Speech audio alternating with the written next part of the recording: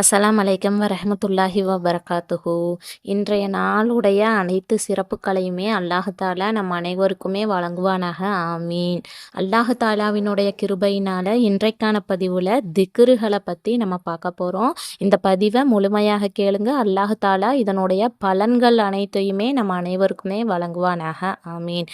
திக்ருகளிலேயே மிகச் சிறந்த திக்ரு லா இலாஹா இல்லல்லாஹ் அப்படின்னு ரசூலுல்லாஹ் சொல்கிறாங்க. மேலும் ரசூல்லா சொல்கிறாங்க, உங்களுடைய ஈமானை புதுப்பித்து கொண்டே இருங்கள் அப்படின்னு சொல்கிறாங்க. அப்போ ஒருத்தர் கேட்குறாரு, யா ரசூலல்லாஹ் எப்படி ஈமானை புதுப்பிச்சுக்கிட்டே இருக்கிறது அப்படின்னு கேட்குறாரு. அதுக்கு ரசூல்லா சொல்கிறாங்க, லா இலாஹா இல்லல்லாஹ் என்ற கலிமாவை அதிகமாக ஓதிக்கொண்டே இருங்கள். அது உங்களுடைய ஈமானை புதுப்பிச்சு கொண்டே இருக்கும் அப்படின்னு ரசூல்லா சொல்கிறாங்க. ஒரு அடியான் பாவங்களிலிருந்து விலகி இருக்கும் நிலையில் இந்த லா இலாஹா இல்லல்லாஹ் என்ற கலிமாவை மன தூய்மையோடு ஓதும் பொழுது வானத்தின் கதவுகள் திறக்கப்பட்டு அது நேரடியாக அர்சு வரையிலுமே செல்லப்படுது. அப்போ நம்மளுடைய கலிமா ஏற்றுக்கொள்ளப்படுகிறது அப்படின்னு ரசூலுல்லாஹ் சொல்லியிருக்கிறாங்க.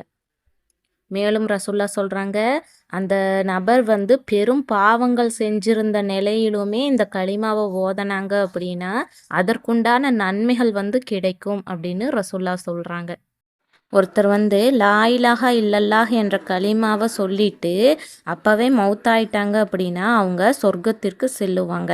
அவங்க திருடி இருந்தாலும் சரி, விபச்சாரம் செஞ்சிருந்தாலும் சரி.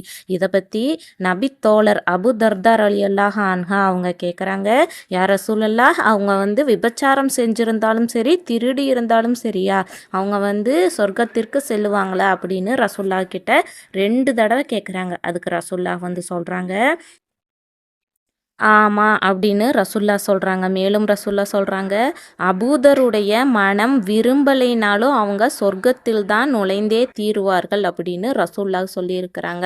அல்லாஹு தாலா இந்த லா இலாஹா இல்லல்லாஹ் என்ற கலிமாவிற்கு இவ்வளவு சிறப்புகளை கொடுத்துருக்கிறான். அல்லாஹ் அக்பர். ஏன் அப்படின்னா இந்த லா இலாஹா இல்லல்லாஹ் வெறும் 4 வார்த்தைன்னு நம்ம நினைக்கிறோம். ஆனால் அதில் அல்லாஹ் தாலா இவ்வளவு சிறப்புகளை கொடுத்துருக்கிறான். நம்ம இன்ஷா அல்லாஹ் முடிஞ்ச வரைக்கும் அதிகமாக இந்த திக்ரு ஓதக்கூடியவர்களாக இருக்கணும். இந்த திக்ரினுடைய அனைத்து சிறப்புகளையுமே நம்ம பெற்றவர்களாக இருக்கணும். இன்றைக்கான கேள்வி, நம்ம ரசூலுல்லாஹ் எங்கு பிறந்தார்கள், எங்கு மௌத்தானார்கள்? தெரிஞ்சவங்க கமெண்ட்டில் சொல்லுங்கள். இன்ஷா அல்லாஹ் இது போல் பயனுள்ள பதிவுகளை தொடர்ந்து நம்ம தெரிஞ்சுக்கலாம். நம்ம சேனலை சப்ஸ்கிரைப் பண்ணுங்கள், ஷேர் பண்ணுங்கள், கமெண்ட் பண்ணுங்கள், லைக் பண்ணுங்கள். அஸ்ஸலாமு அலைக்கும் வரஹ்மத்துல்லாஹி வபரகாத்துஹு.